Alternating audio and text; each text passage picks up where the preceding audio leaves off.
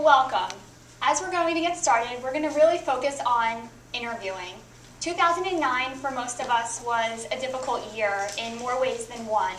And what we've done is we've kind of evaluated all of the interviews that we've had, the feedback from our clients, and what we've seen firsthand. And we've come up with the top 10 interviewing mistakes of 2009.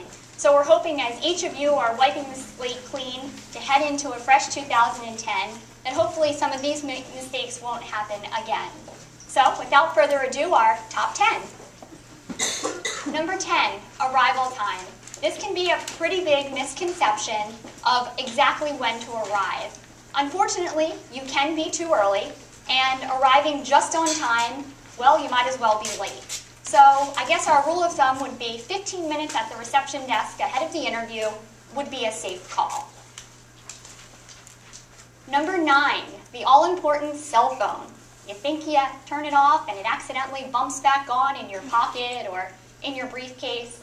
Unfortunately, vibrating and ringing are just as distracting. So when you're in the interview and you're getting a text message, you're getting a telephone call, that's a distraction. You want to make sure that the person you're interviewing with knows that you're there 100%. You're there for the opportunity, and at this point in time, there is nothing more important than this particular opportunity. So, safe bet, leave it in the car. Number 8, poor attire. This can be a tricky one. A lot of people feel as though they may need to dress for the type of interview that you're going into. Our rule of thumb, whether you are going for an $8 an hour job or an $800,000 job, we recommend business professional. That would be a full suit, a long skirt, an actual skirt of appropriate length for the ladies, tailored and laundered. I can't tell you how many candidates we've met that have come in with either wrinkles or a stain on the shirt, perhaps breakfast or a spill of coffee. That reflects on you. When you're interviewing, you have one first impression, and it has to be 100% you're in the game to get the job. So laundry, perfume, make sure it's not too heavy, and don't forget it either. So be careful with the attire.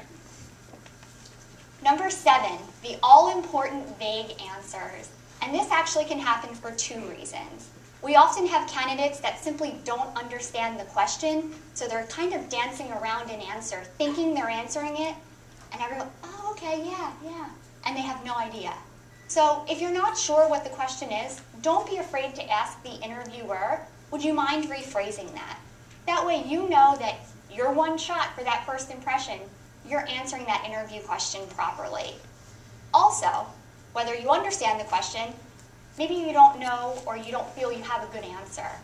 The best way to avoid that is practice. Know the job that you're going in to interview for. Know what you have, but also know what you don't have. If you know that you're light on a particular skill, or if you know you flat out don't have it, have a backup plan. Be confident in your answer when saying, do you know what, actually I don't have Excel, however I do have a strong experience in Access, or another database, or another program. So make sure you're prepared to turn that potential negative into a positive. Vague answers don't get you very far. Number 6, and this was a big one for 2009, is the I'll take anything. And that more or less, it simply sounds desperate. So an alternative to saying I'll take anything when you're networking with friends or you're sitting in front of the interview and they say, well, what do you want to do? Anything really, I just need a job. That's not what you want to focus on. You want to say, well, for the past 10 years I've been in sales, so I'm looking for opportunities as a sales associate, perhaps taking on a management role. However, I'm really open to what you think my skills would lend best in your company. Maybe I'm missing an opportunity and I don't know about it because of my personality or my skills.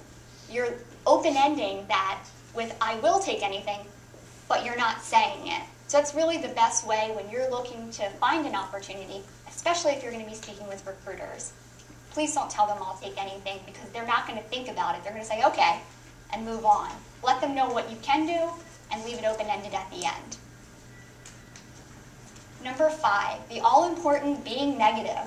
It comes across whether you're on the phone or you're in a face-to-face interview. That negative feeling, it goes from positive to oh, well, I have been out of work for a while. The shoulders shrunk, and you get that negative feeling, that nervousness, oh, I don't know what to say. Instead, remember, be positive, be confident. You have been looking for an opportunity. You've had great interviews. You have something to offer.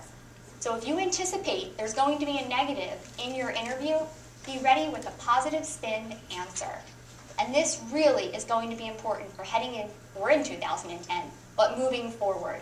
Keep that positive attitude. You have to sell yourself to yourself before you can convince someone else to hire you. So remain positive no matter what 2009 or before had in store for you.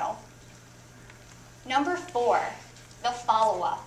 I'm sure many of you follow up with either an email, maybe a phone call, because you want to know, are you still being considered for the job?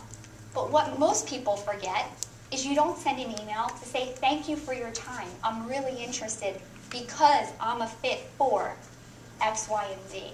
That is important, especially if you had 2 or 3 rounds of interviewing. You're probably one of the last candidates remaining.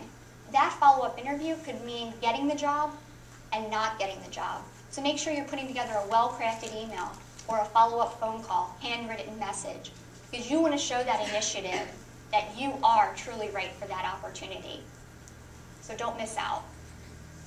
Number 3, it happens all the time, talking about benefits and money too soon in the interviewing process. All too much people forget when you're interviewing that you're really trying to get an offer. Doesn't matter what the money is or the benefits are if you don't have an offer, right? True. So the phone interview or the first interview is not an appropriate time to talk about money. So instead, wait until either you have the offer that's being extended, or if you're in that final round of interviews, that's the appropriate time to bring up money and or benefits. Number 2, and it's evident right out of the gate, not researching the company.